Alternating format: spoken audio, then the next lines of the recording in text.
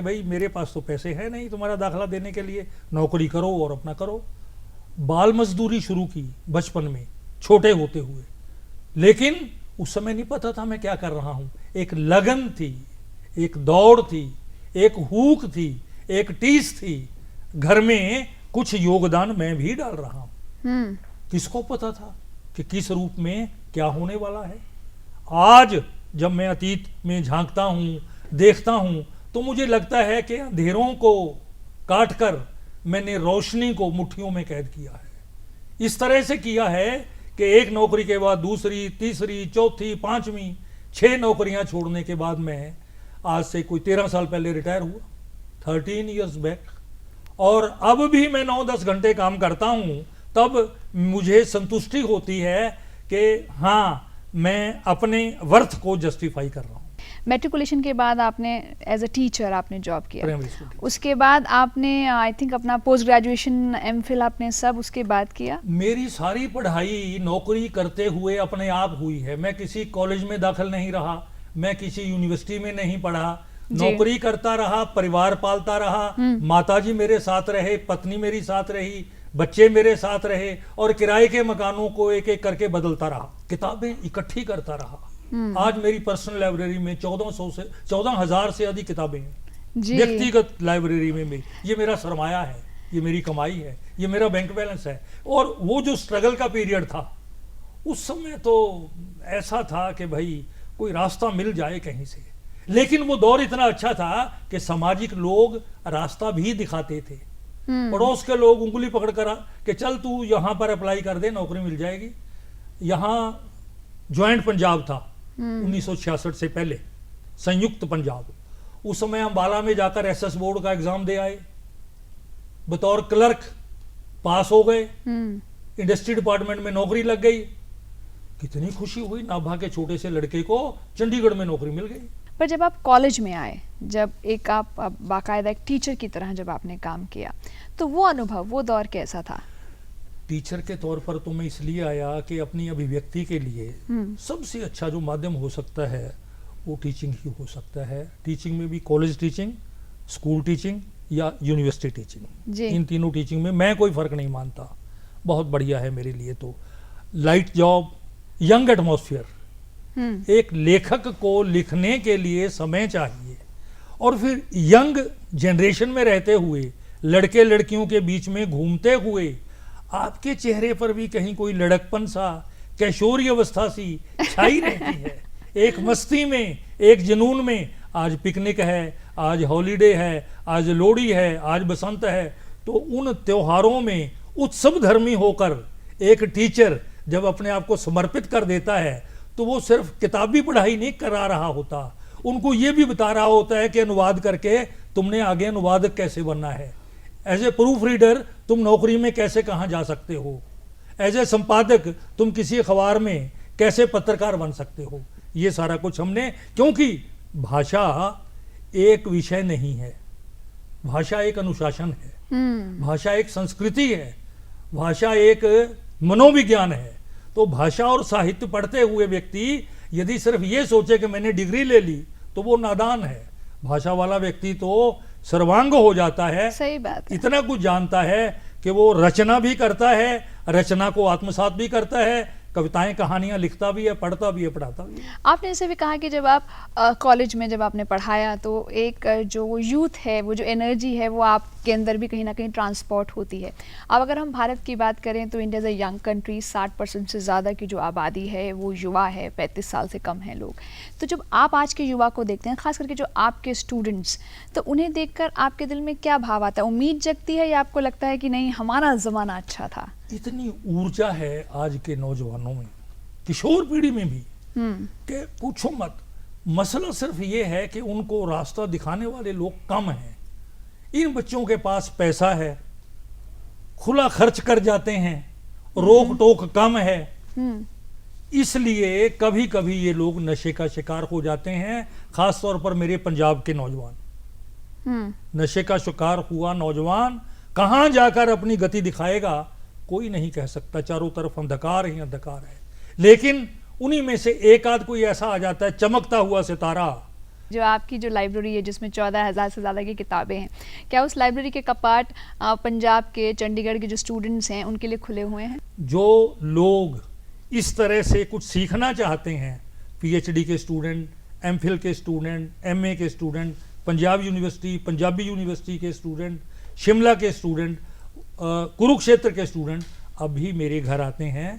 पत्रिकाओं का अंबार मेरे पास बहुत है। एक बार मैंने साहित्य संगम बठिंडा की तरफ से, 9 साल मेरी पोस्टिंग बठिंडा में रही, लघु पत्रिकाओं की प्रदर्शनी की मैंने। 204 लघु पत्रिकाएं आज से 30 साल पहले मैंने वहां एग्जिबिट की, तो एक छोटे से शहर के लिए बड़ी नई बात थी। हिंदी की 204 पत्रिकाएं क्या बात एग्जिबिट करना मैंने। तो इस तरह से लगाव होता है। और अब भी मैं बाजार से कोई नई पत्रिका देखता हूं, एक बार तो खरीद लाता हूं किताब के साथ। साहित्य संगम की शुरुआत कैसे हुई? साहित्य संगम 79 से काम कर रहा है बठिंडा में ही। जब मैं बठिंडा गया तो एक हसरत थी, भूख थी, प्यास थी कि 4 दोस्त मिले, साहित्य की बात करें, संगीत की बात करें, नाटक की बात करें, पेंटिंग की बात करें, कुछ तो ऐसा हो जो जीवन में हलचल पैदा करे। खा लिया, सो लिए, जा लिए, नौकरी कर ली, कपड़े बदल लिए, ये तो कोई जीवन ना हुआ।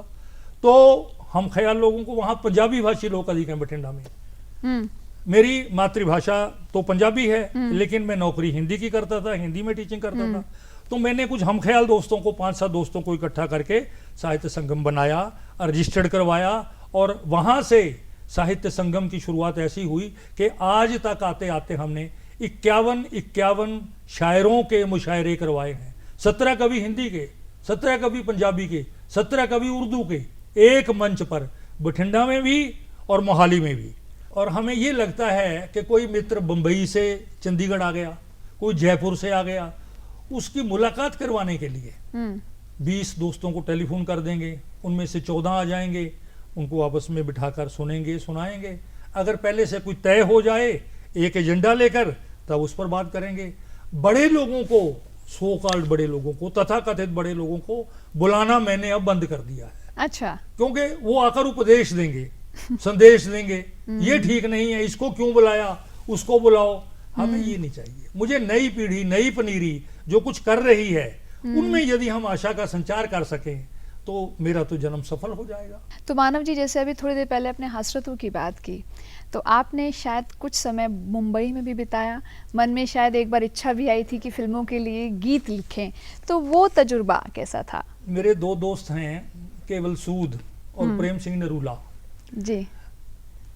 ये दोनों जिद करने लगे कि मानव तुम्हें बंबई साथ लेकर चलना है। हाँ। ये 1977 की बात है। मैंने कहा भी मैं छुट्टी वुट्टी नहीं ले सकता, सरकारी नौकरी में हूं, क्यों मुझे पंगे में डाल रहे हो। ले गए जी साथ।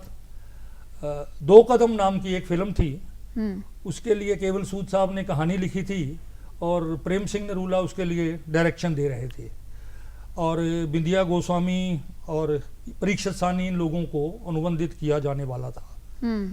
तो मुझे कहा गीत लिखो, मैंने गीत लिखी, वो गीत रिकॉर्ड भी हो गए। शर्मीले नीले नैनों से घूंघट तो तनिक उठा गोरी ले, झाँक किधर पहचान जरा, धरती पर गगन उतर आया, धरती पर स्वर्ग उतर आया, झिलमिल झिलमिल बाजारों से, धरती की सजी कतारों से, हर गीत संदेशा लाया है मौसम के नई बहार। इन मेहंदी वाले हाथों से घूंघट तो तनिक उठा गोरी ले, झाँक किधर पहचान जरा, धरती पर गगन। इसी तरह का एक और गीत था दूसरा। तो ये सब जब लिखा, और शाम को मीटिंग्स होती थी, महफिलें होती थी, उसमें नौजवान लड़के लड़कियां भी इकट्ठे होते थे। शोहरत थी, पैसा था।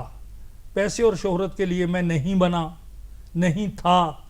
मैं वहां से 18 दिन के बाद उल्टे पांव वापस आ गया। आपने हमेशा अपने मन की, और आई थिंक कोई भी अगर एक सेंसिटिव आर्टिस्ट है, वो अपने मन की, अपनी रॉ में, अपनी शर्तों पर ज़िंदगी को जीता है। और जब कभी कोई पुरस्कार या कोई सम्मान उसे दिया जाता है तो दिल में एक एहसास आता है कि हाँ, मैंने जो किया सही किया। हम अगर आपके पुरस्कारों की बात करें तो शिरोमणि हिंदी साहित्य पुरस्कार और राष्ट्रीय साहित्यिक पुरस्कार आपको शायद अटल जी ने दिया था, वो अनुभव कैसा था? 2001 की बात है जी। HRD मिनिस्ट्री, मानव संसाधन विकास मंत्रालय की एक योजना है, हिंदी भाषी हिंदी लेखकों को उत्साह देने के लिए ये लोग अपनी किताबें इनवाइट करते हैं। उनमें से एक किताब का चयन हो जाता है भारत में से, तमाम भाषाओं में से, और उस पर ये 1 लाख रुपए का 50,000 का इनाम देते हैं। बहुत पहले कभी ये इनाम 2,000 का भी रहा होगा, फिर 5,000 का हो गया, फिर 10,000 का हो गया। तो डॉक्टर पुष्पलता तनेजा उन दिनों केंद्रीय हिंदी निदेशालय में डायरेक्टर थी। उनके पीरियड में मैंने एक राष्ट्रीय सेमिनार चंडीगढ़ में ऑर्गेनाइज करवाया था, हमारा समय और साहित्य। अच्छा। जिसमें साहित्य संगम के बैनर पर भारत के 7 प्रांतों से या हिंदी भाषी प्रांतों से विद्वानों ने आकर पेपर पढ़े थे, हमारा समय और साहित्य पर जी। उसी दौर में मैंने ये किताब अपनी सबमिट की थी और लकीली मुझे एक चिट्ठी आ गई एक दिन कि आपको राष्ट्रीय पुरस्कार के लिए चुना जा रहा है। तो मुझे लगा मेरा रिस्पॉन्सिबिलिटी और बढ़ गई है। इसी तरह से 2006 में भाषा विभाग पंजाब, हमारा अपना स्टेट है, हिंदी भाषी प्रांत है, उन्होंने शिरोमणि हिंदी साहित्यकार की घोषणा फूलचंद मानव के नाम से की। मेरी आंखों में आंसू आ गए। 2006 और 1960, 61, 62 से मैं लिखता आ रहा हूं। मुझे भारत सरकार पहले पूछ रही है, मेरी अपनी सरकार बाद में मुझे रिकॉग्नाइज करती है। लेकिन 1989 में लखनऊ में मुलायम सिंह यादव मुख्यमंत्री थे, उन्होंने उत्तर प्रदेश हिंदी संस्थान की तरफ से मुझे सौहार्द सम्मान दिया था और वो मेरा पहला राष्ट्रीय इनाम था। तो तब भी मैं पुलकित हुआ कि देखिए कि हिंदी भाषी प्रांत हिंदी भाषी लेखक को लाकर किस जगह पे प्रोजेक्ट कर रहा। हर इंसान की ज़िंदगी में कुछ लोग होते हैं, कुछ घटनाएं होती हैं जो एक इम्पैक्ट डालती हैं। कई बार वही घटनाएं, वही लोग कुछ टर्निंग पॉइंट भी क्रिएट करते हैं। आपकी ज़िंदगी में आपकी पत्नी जो एक प्रोफेसर हैं, उनका क्या रोल रहा है? अगर मैं आपकी सफलता की बात करूं। कोई भी व्यक्ति, पति हो या पत्नी, स्पाउस, एक दूसरे के बिना अधूरे हैं। असलियत तो ये है। बाकी हम मैन डोमिनेटिंग सोसाइटी में आ जाते हैं। आदमी अपने आप को हाथी समझता है और दूसरों को कि ये तो चिड़िया है, ऐसा है, ऐसा कुछ नहीं होता। मेरी पत्नी भी लेक्चरर रही सारा जीवन, कॉलेजेस में पढ़ाया उन्होंने भी, लेखिका हैं, कवित्री हैं। तो यदि वे बच्चों को ना संभालें, मेरे लिए माहौल ना दें, मेरे लिए समय ना दें, तो मैं क्या कर सकता हूं? लेकिन कीमत मुझे भी चुकानी पड़ती है। सुबह सुबह 3 बजे उठकर मैं 6 बजे तक लेखन कार्य करता हूं। 3 से 6 बजे तक, ये 42 साल की प्रैक्टिस है, 42 लॉन्ग ईयर्स। उस समय कौन नहीं सोना चाहेगा? बीच में डिप्रेशन के दौर भी आए होंगे, लेकिन अलग अलग कारणों से। कभी नौकरी है, कभी लेखन है, कभी कुंठा है, कभी कुछ है। बेटियों की शादी की, 2 बेटियां मैरिड हैं, बहुत खुशहाल हैं, बहुत अच्छी जगह है। एक डॉक्टर है, एक लेक्चरर है, बेटा ऑस्ट्रेलिया में है। तो और क्या चाहिए मुझे? ये जो एक पूरी लंबी साहित्य यात्रा रही है आपकी, और आज आप जिस पड़ाव पर हैं, तो यहाँ आकर क्या भाव आता है कि अब तो चरम पर हूँ, अब अंतिम चरण है, या ये आता है कि अरे अभी तो शुरुआत हुई है? कहीं आकर भी जीवन की डोर छूट सकती है और छूट जाती है, लेकिन संतुष्ट जो आदमी हो गया, वो रुक गया, वो ठहर गया। मैं संतुष्ट नहीं हूं, मेरे में छटपटाहट है। मैं कुछ करना चाहता हूं, मैं कुछ होना चाहता हूं। होना ये नहीं कि मुझे ऐसा ऊपर जाना है किसी पद पर। माने जिस भी क्षेत्र में मेरे में सामर्थ्य है, उसमें कुछ ऐसा काम मेरे से हो जाए, रचनात्मक या अनुवाद के क्षेत्र में। जो 100 काव्य संग्रह, उस पर आप काम कर रहे हैं, इसके अलावा आपके जहन में और क्या नया है? मैं तो अपने यादें, संस्मरण, दरअसल एक लेखक अपनी कविताओं में या अपनी कहानियों में जो कुछ लिख रहा है, ये उसकी आत्मकथा ही होती है। सही कहा आपने। ये उसकी आत्मकथा ही होती है। तो वो जो आत्मकथा छिटपुट बिखरी हुई है, और बहुत से साहित्यिक लोगों के साथ मेरे इतने संस्मरण हैं, बलवंत गार्गी के साथ, देवेंद्र सत्यार्थी के साथ, धर्मवीर भारती के साथ और लोगों के साथ, उन सब को भी यदि मैं कहीं धीरे धीरे लिखता। लेकिन क्या होता है कि जैसे मन चंचल है, कोई एकाग्रचित्त होकर तो काम कर ले एक प्रोजेक्ट पर, वो तो काम हो जाएगा, सिरे चढ़ जाएगा।